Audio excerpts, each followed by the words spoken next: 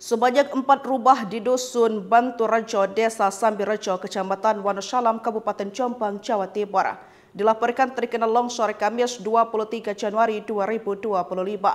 Peristiwa ini mengakibatkan 4 rumah warga tertimbun material longsor dengan 2 orang dilaporkan hilang dan 2 lainnya mengalami luka-luka.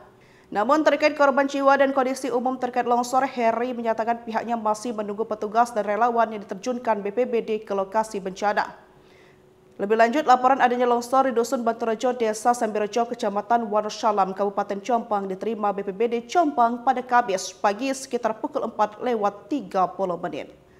BPBD Jombang menghimbau masyarakat untuk meningkatkan kewaspadaan, terutama di kawasan rawan longsor, mengingat intensitas hujan yang masih tinggi di wilayah tersebut.